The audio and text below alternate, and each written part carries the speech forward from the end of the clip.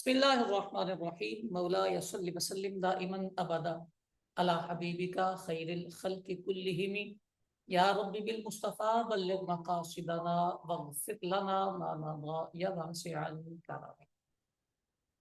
تفسیر جلالین شریف کے سبق میں ہم حاضر ہیں۔ اللہ تعالی ہمارا آنا بیٹھنا سیکھنا سمجھنا سب اپنی کریم پاک بارگاہ میں قبول فرمائے، شرح صدر عطا فرمائے، علم نافع عطا فرمائے۔ پچھلے سبق کی آخری آیت مبارکہ پر ہم نے سبق روک لیا تھا، اس کی تھوڑی سی وجہ تھی، میں نے عرض کیا تھا کہ یہیں سے ہم سبق دوبارہ شروع کریں گے۔ وہ کیا وجہ تھی؟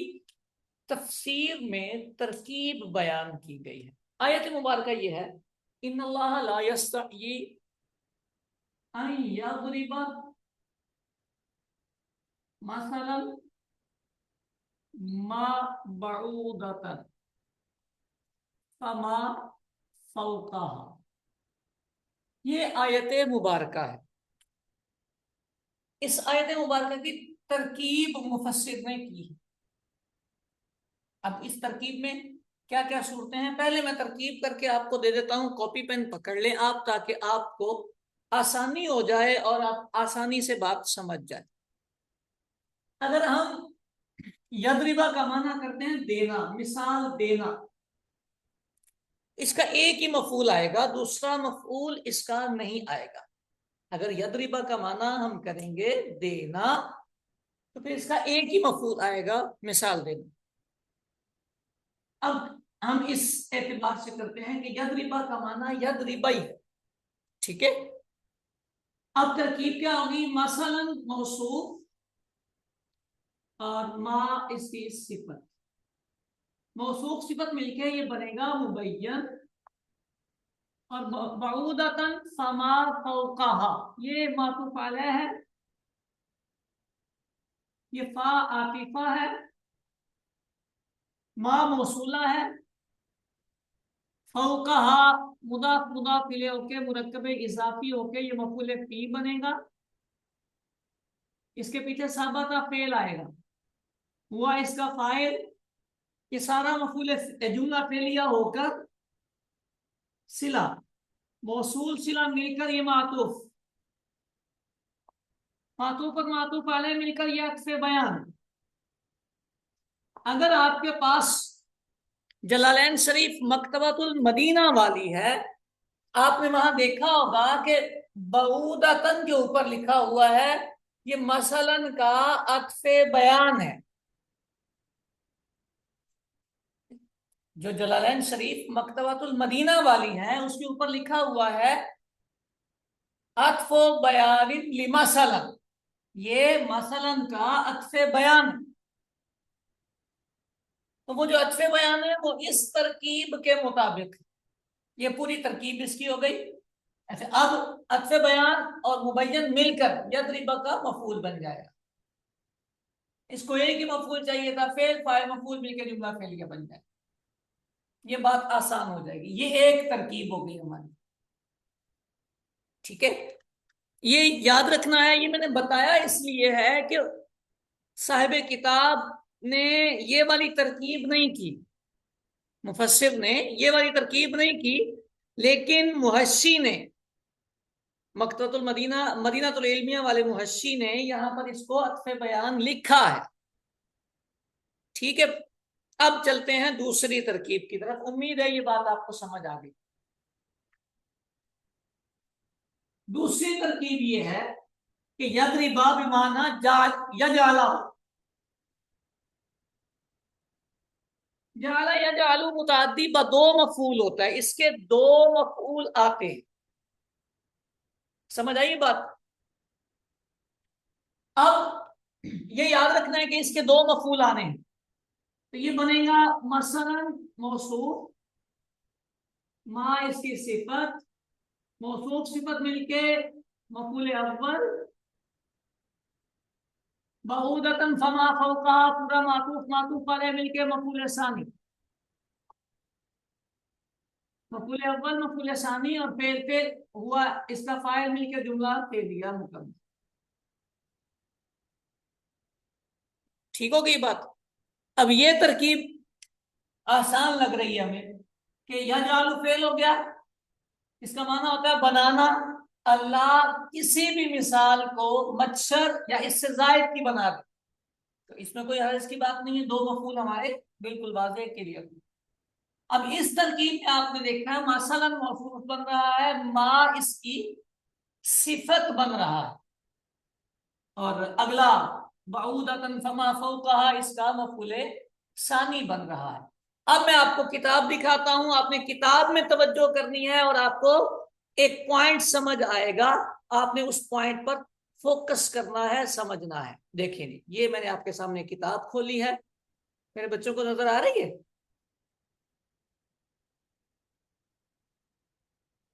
جی سر.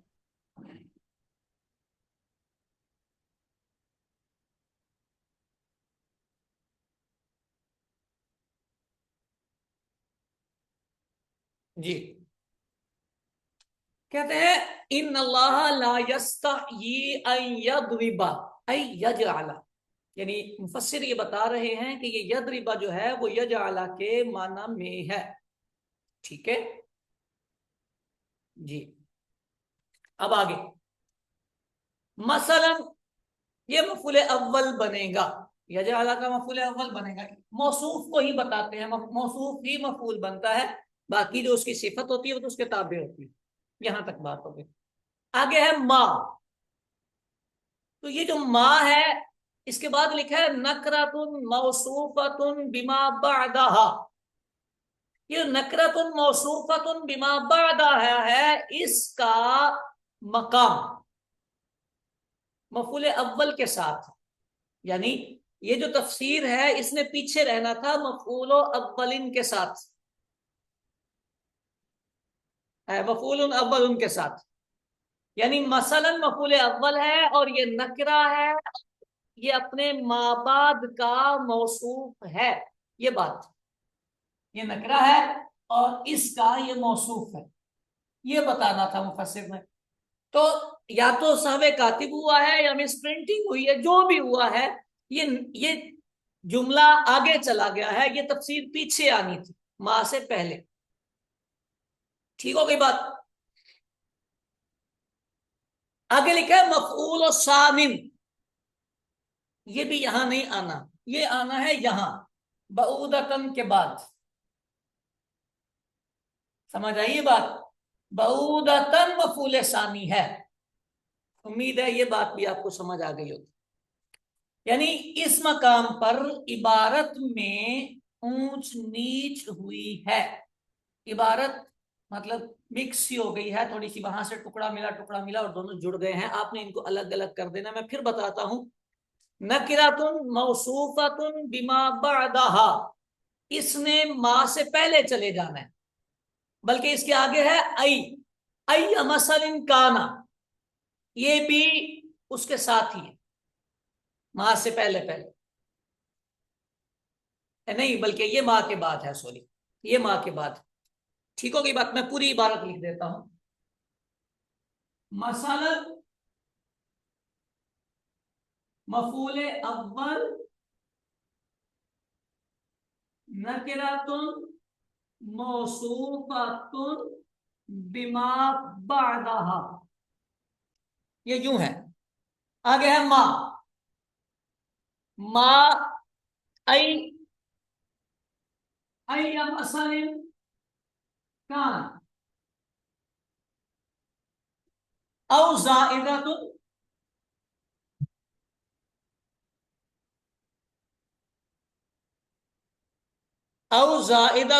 لتاکید الخصر.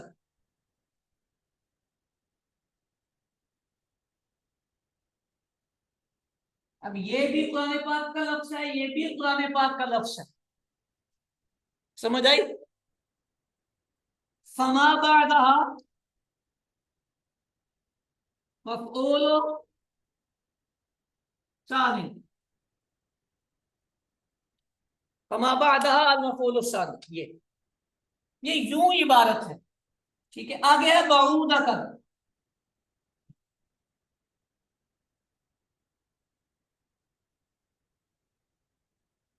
جو بعودتن ہے، یہ جو پیچھے ہم چھوڑ کے آئے ہیں مفعول ثانی،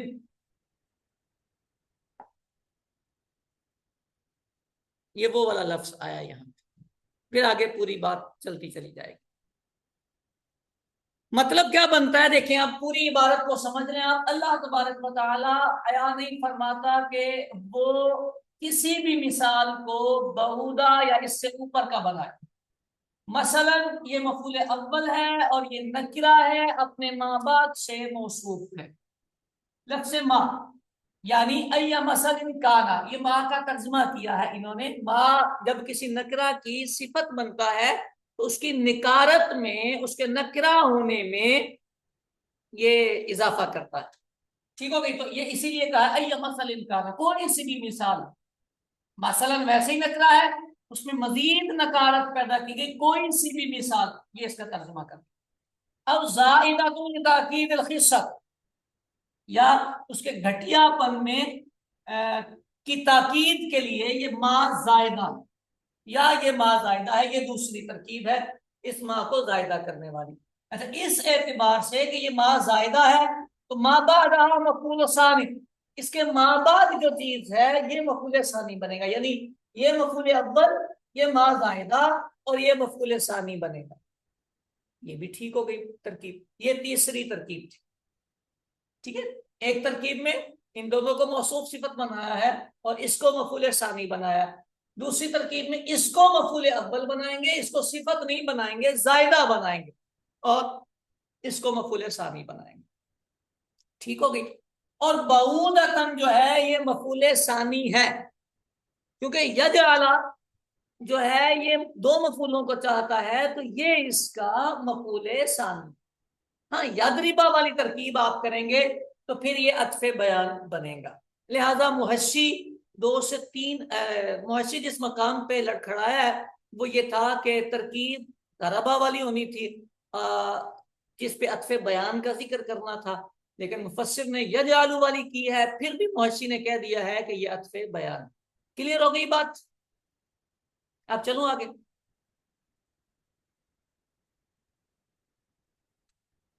چلیں، یہ لکھ کے بھی دیکھیں گے آپ کو تو آپ کو مزہ آئے گا عبارت کا، لیکن یہاں یہ یاد رکھنا ہے کہ عبارت آگے پیچھے ہو چکی ہے۔ آگے فرماتے ہیں بعودتن، مفرد البعود، یہ بعود کا مفرد ہے، ٹھیک ہو گئی؟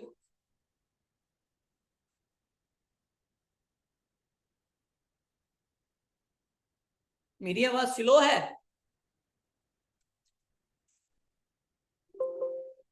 اب بھی سلو ہے؟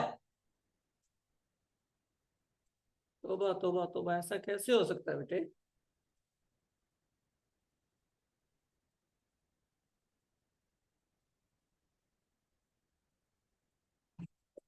اب دیکھیں،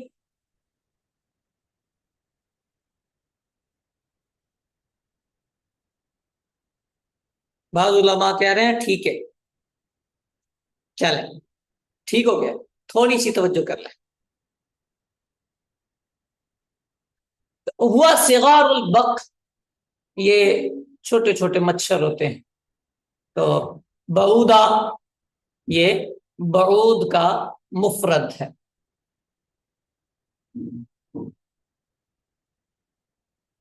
آگے فرماتے ہیں فما فوقہا، فوق کہتے ہیں اوپر والے کو، ما فوقہا جو اس سے اوپر ہے، مچھر یا اس سے اوپر ہے۔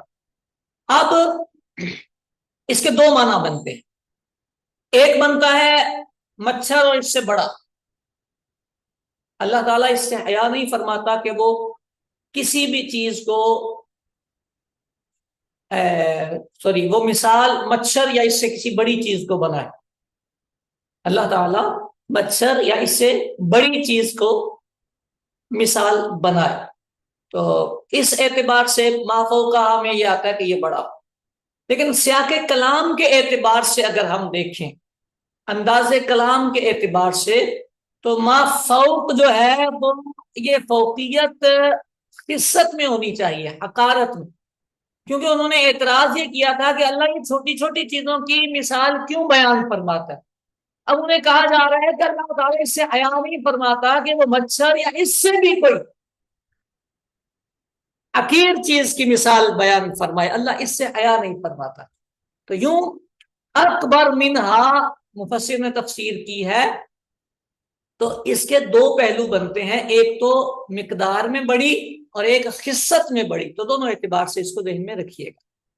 ای لا یترک بیانہ، اللہ اس کا بیان ترک نہیں فرمائے گا. لما فیہ من الحکم، کیونکہ اس میں حکمتیں، کیونکہ اس میں حکمتیں. ٹھیک ہو گئی بات؟ چلے یہاں تک اس آیت مبارکہ کی وضاحت تھی. پچھلے سبق میں بھی کی تھی لیکن آج اس کی مکمل وضاحت ہو گئی. ترکیب پہ توجہ رکھیے گا، عبارت پہ توجہ رکھیے گا. امید ہے کہ آپ کو پریشانی نہیں آئے.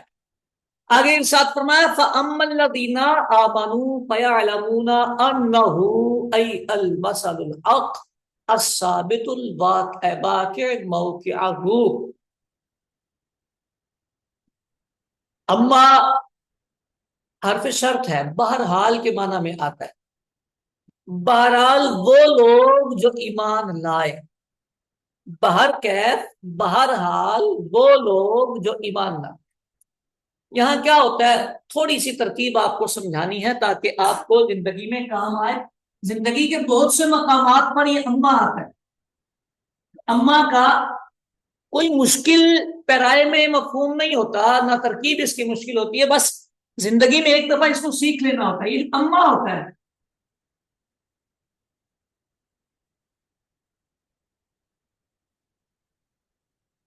ہر جگہ پہ اسی پیٹرن کی ترکیب ہوتی ہے. لفظ بدلتے ہیں لیکن پیٹرن یہی ہوتا ہے، انداز یہی ہوتا ہے.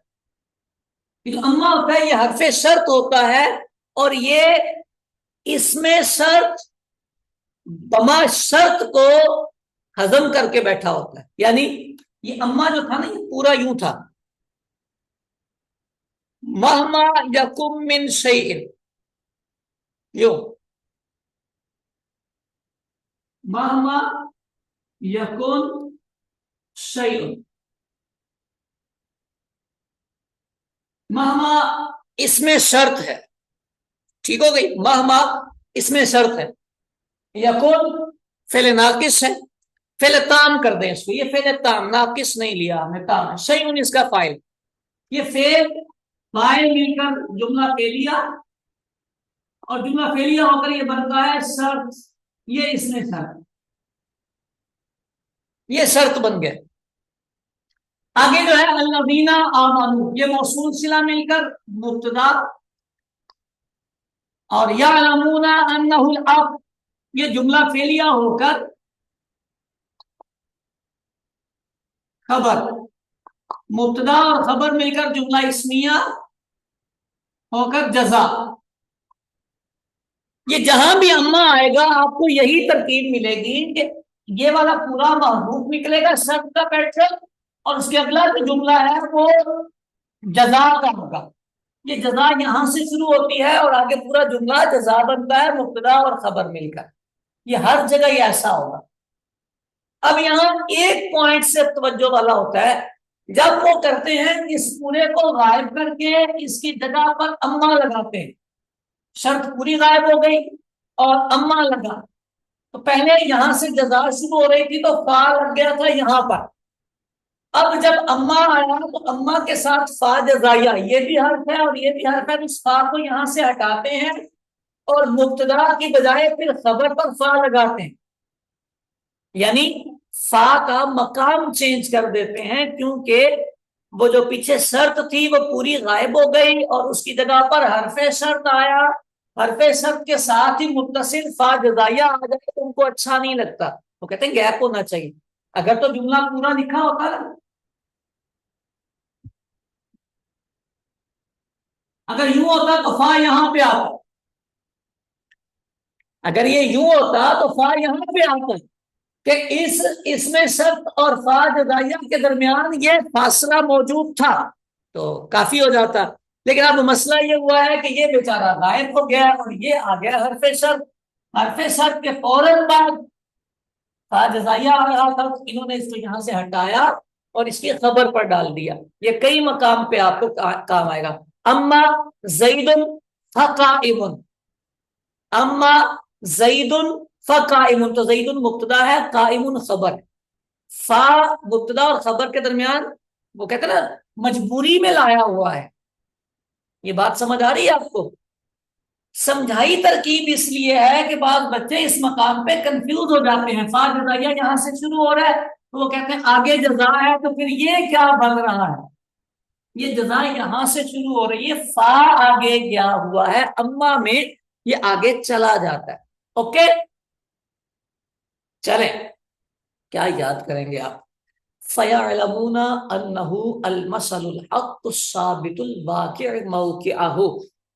بہرحال وہ لوگ جو ایمان لے آئے وہ جانتے ہیں کہ یہ مثال، یہ مثل، حق، حق کا ترجمہ آگے کیا ہے الثابت الواقع موقعہ، یعنی ثابت ہے اور اپنی جگہ پر واقع ہے. من ربہم، ان کے رب کی طرف سے.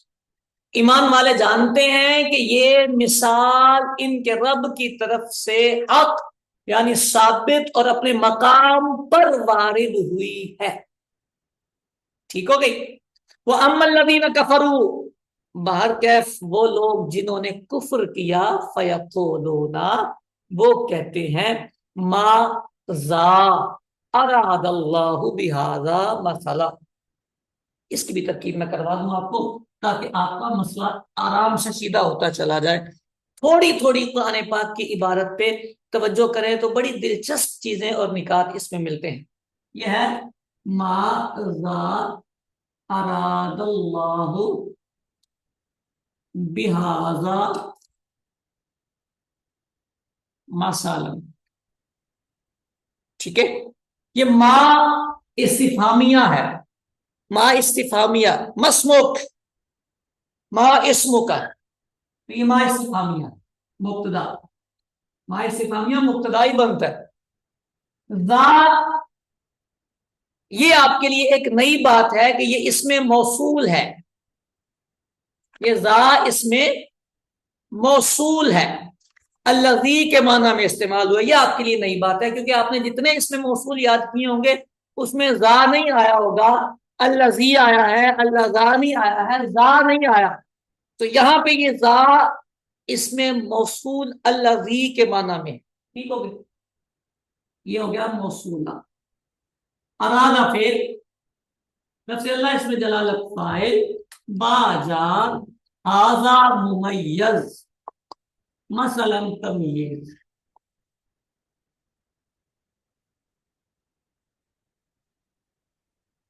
ممیز اور تمیز دونوں کو جوڑ کر یہ مجرور، جار اور مجرور مل کر فعل لفظ، فعل کا فعل فاعل اور ظرف لفظ مل کر جملہ فعلیہ، جملہ فعلیہ ہو کر صلہ، موصول صلہ مل کر خبر، مبتدا اور خبر مل کر جملہ اسمیہ. یہ جملہ اسمیہ بنتا ہے. ترجمہ کیا بنتا ہے؟ پہلے مبتدا کا ترجمہ کرتے ہیں، پھر خبر کا ترجمہ کرتے ہیں اور آخر میں ہے الذی کا ترجمہ ہوتا ہے وہ. اور جب ہمارے پاس جملہ یوں آئے کہ پیچھے سوال آ رہا ہو تو آگے اس کا یہ یا وہ ترجمہ کر دیا جاتا ہے ماذا، وہ کیا ہے، وہ کیا ہے، وہ کیا ہے. اللہ نے